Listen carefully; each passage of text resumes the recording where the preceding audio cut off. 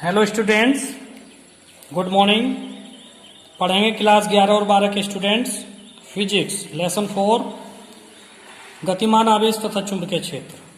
तो देखिए क्वेश्चन है हमारा, कोई बिंदु Q आवेश संयुक्त वैद्युत क्षेत्र तथा चुंबकीय क्षेत्रों में उपस्थित है। इसकी गति के सूत्र का व्युत्पन्न कीजिए। गति का सूत्र मतलब वेग फिल्टर, जिसको वेग फिल्टर बोला जाता है। ठीक है, इसको वेग फिल्टर बोला जाता है। इसके लिए आपको सूत्र स्थापित करना है।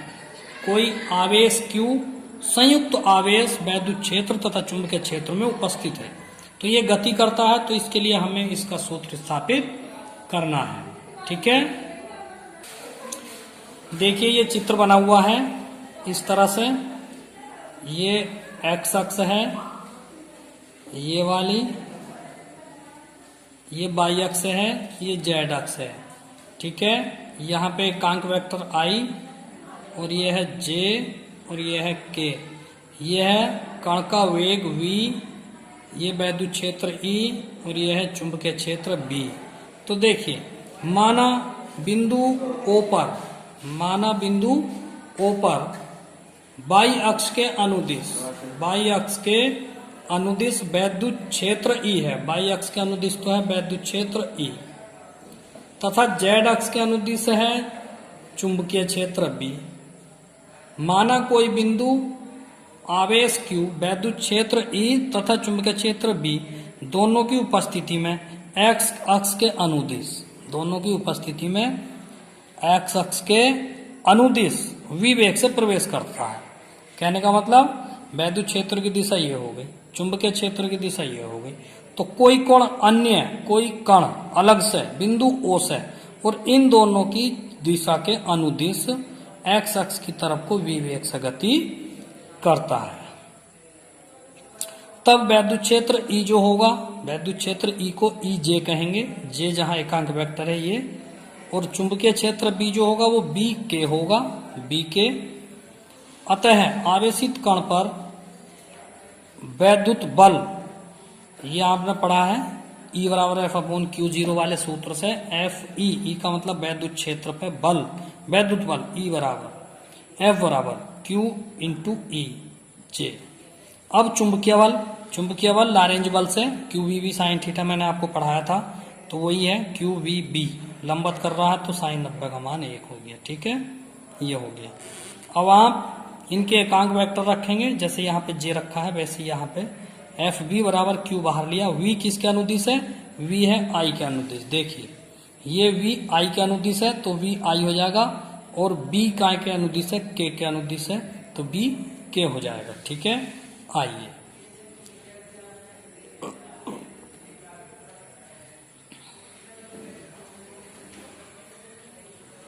ये देखिए, इसके साथ में I लगाएंगे और इसके साथ में B K लगाएंगे। ठीक है, यहाँ पे चूंकि I K होता है माइनस J के बराबर, तो I गुणा K इसको करेंगे तो ये माइनस J के बराबर आ गया, तो माइनस बाहर लिया, QVB J हो गया। अतः कण पर कार्यरत लारेंज बल, टोटल लारेंज बल कितना हो जाएगा?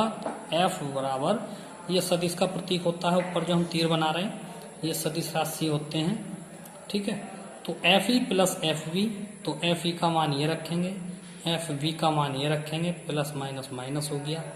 F बराबर हो जाएगा, Q कॉमन ले लिया, यहाँ से J कॉमन ले लिया, तो E माइनस के VB, ये लारेंज बल आ गया, कुल बल।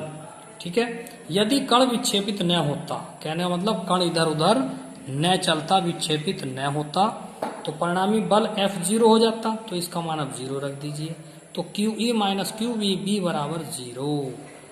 ठीक है, J भी 0 में चला गया। Q से माइनस के QVB को इधर ले गए, Q से Q कट गया, E बराबर VB आ गया, तो V बराबर हो गया E/B। यही वेग फिल्टर है। कहने का मतलब यदि कोई बिंदु Q संयुक्त आवेश वैद्युत क्षेत्र तथा चुंबकीय क्षेत्र की उपस्थिति में गति करता है, तो उसका सूत्र V बराबर हो गया E/B, यानी कि वैद्युत क्षेत्र बटे चुंबकीय क्षेत्र। ठीक है, नेक्स्ट क्वेश्चन है आपका, साइक्लोट्रॉन का सिद्धांत लिखिए तथा क्रियाविधि का वर्णन, सचित्र वर्णन कीजिए। साइक्लोट्रॉन क्या है, पहले इसके बारे में पढ़ेंगे आप। देखिए, साइक्लोट्रॉन एक ऐसा उपकरण है जिसका प्रयोग धनावेशित कणों जैसे प्रोटॉन, न्यूट्रॉन आदि तथा आयनों को अति उच्च ऊर्जाओं तक त्वरित करने में किया जाता है। साइक्लोट्रॉन जो है, जैसे प्रोटॉन और न्यूट्रॉन है, जो धनावेशित कण है या आयन है, उनको अति ऊर्जाओं उच्च ऊर्जा तक त्वरित करने में इसका उपयोग किया जाता है। ठीक है, अब इसका सिद्धांत पढ़ेंगे।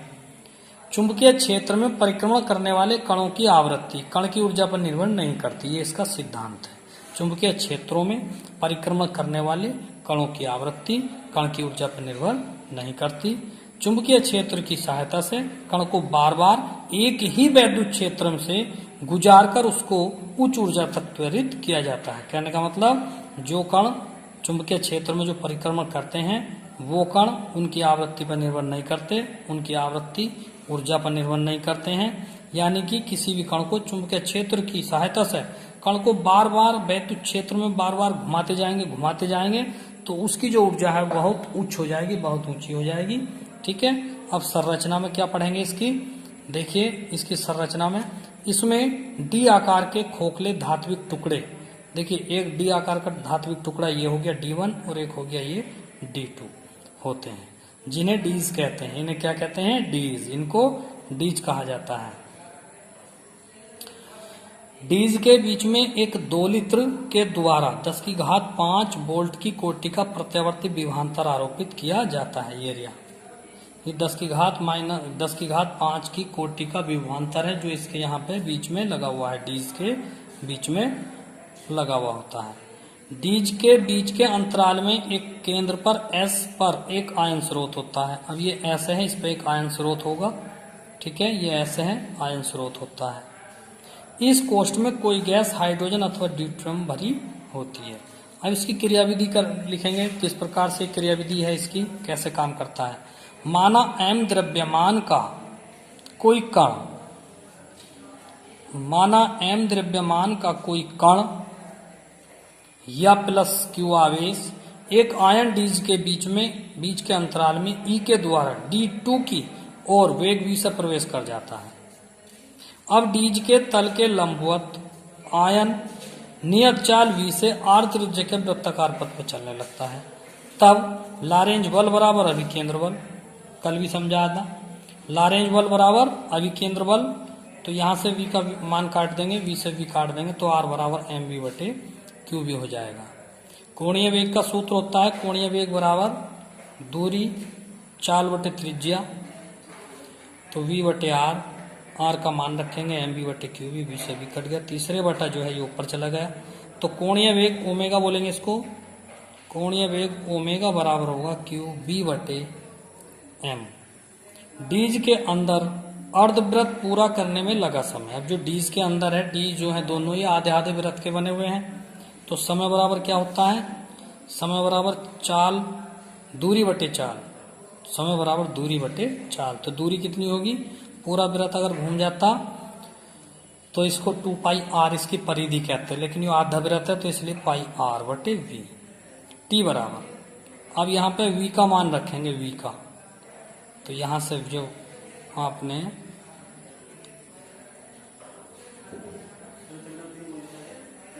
पाई r बटे v का मान रखेंगे तो r से r कट जाएगा जब यहाँ से निकालेंगे। v बराबर QR बटे m होता है, v बराबर v बराबर होगा QB R बटे m, तो QB R बटे m, तीसरा यहाँ से रखेंगे पाई ऐसे ही, तो यह R का मान रख लीजिए, R का मान रखा, Q पाई ऐसे ही mv बटे QV, तो v से v कट गया तो ये पाई m बटे ये बचा। अतः आयन का आवर्तकाल t बराबर 2t, यानी पूरा हो गया, तो आधे चक्कर में जो समय था उस पूरा चक्कर हो जाएगा, t बराबर 2 पाई m बटे QV। तो आज के लिए इतना ही काफ़ी है, बाकी कल पढ़ाएंगे। सभी बच्चे काम पूरा करेंगे। धन्यवाद।